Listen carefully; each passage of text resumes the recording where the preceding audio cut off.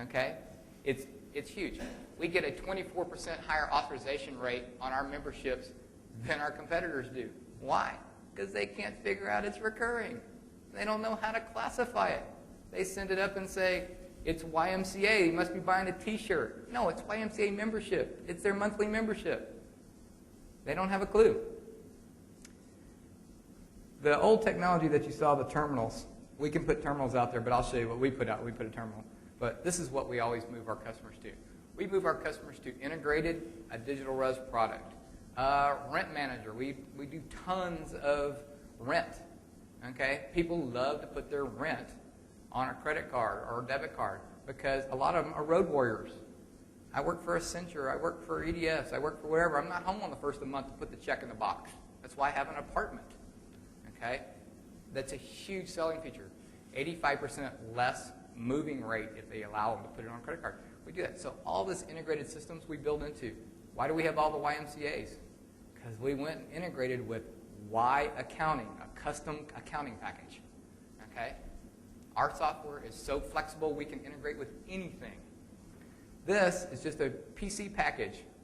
What's really nice about it, though, first of all, you're going to get 2-second authorization time versus your 30-second dial-up. You can hook into Kelly's Nomad there and jam it up there. Also, what we found out that RV parks like, the full-timers and batch as well. The full-timers that come in and say, I'm staying for 6 months over the winter, okay? Well, instead of charging them on their credit card for 6 months, or you can charge them on the credit card, but you load the information into the system and it stays there and it says charge them on the 1st of the month, charge them on the 5th of the month, charge them weekly, you know, charge them every Monday this much. And this software will go out and do it for you. By the way, it classifies it as a recurring transaction. Okay, so you get a better approval rate. You can also do it as a bank draft.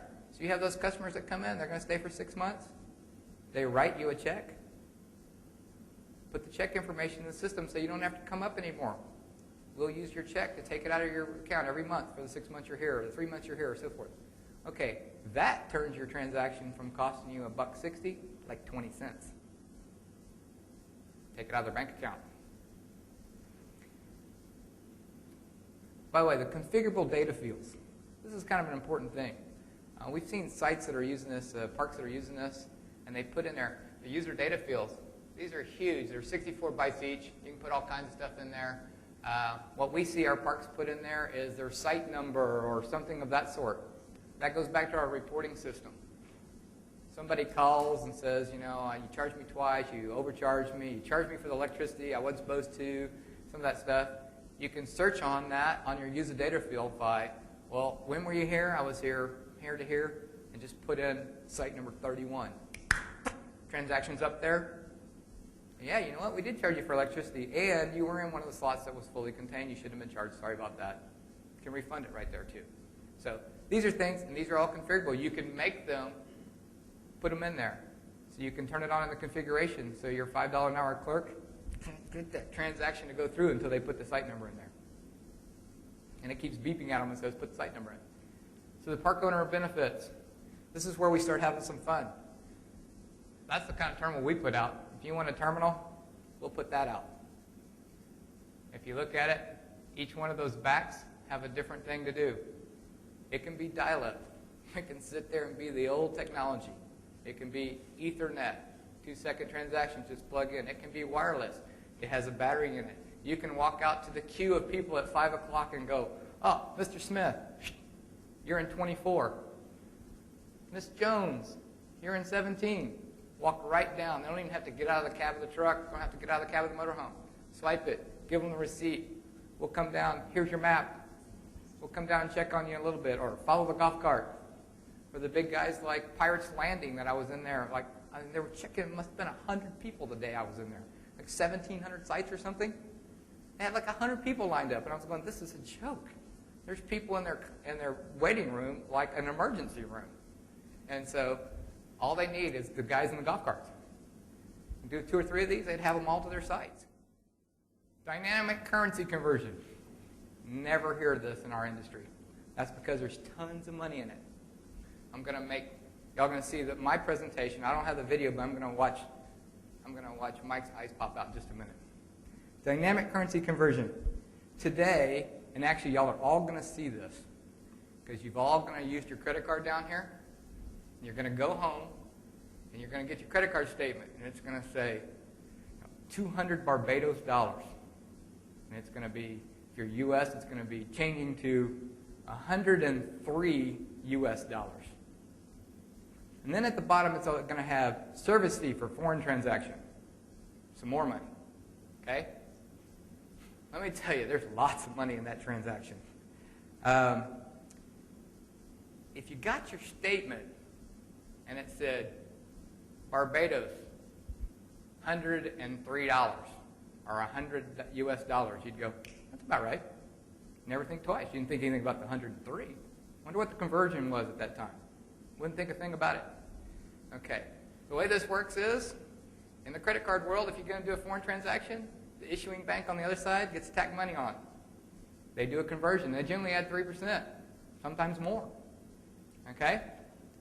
The merchant, not only does he get less money, he gets charged a higher interchange rate for a foreign transaction. So he gets dinged fees on top. So if you had foreign clients coming into you, and you recognized the card was a foreign card, and said, hey, I noticed that you're from Canada. I've noticed you're from the UK. Would you like that charged in Canadian dollars, pound sterling? It'll be this much. Well, that'd be great. They get that, and guess what? Where's the 3% go? In your pocket.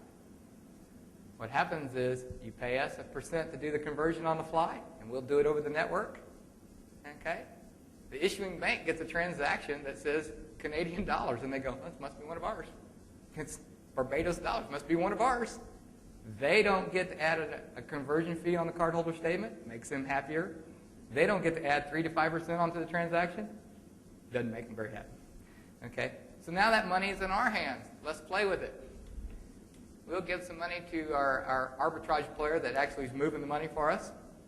We'll give some money back to you, and we'll take some of the money.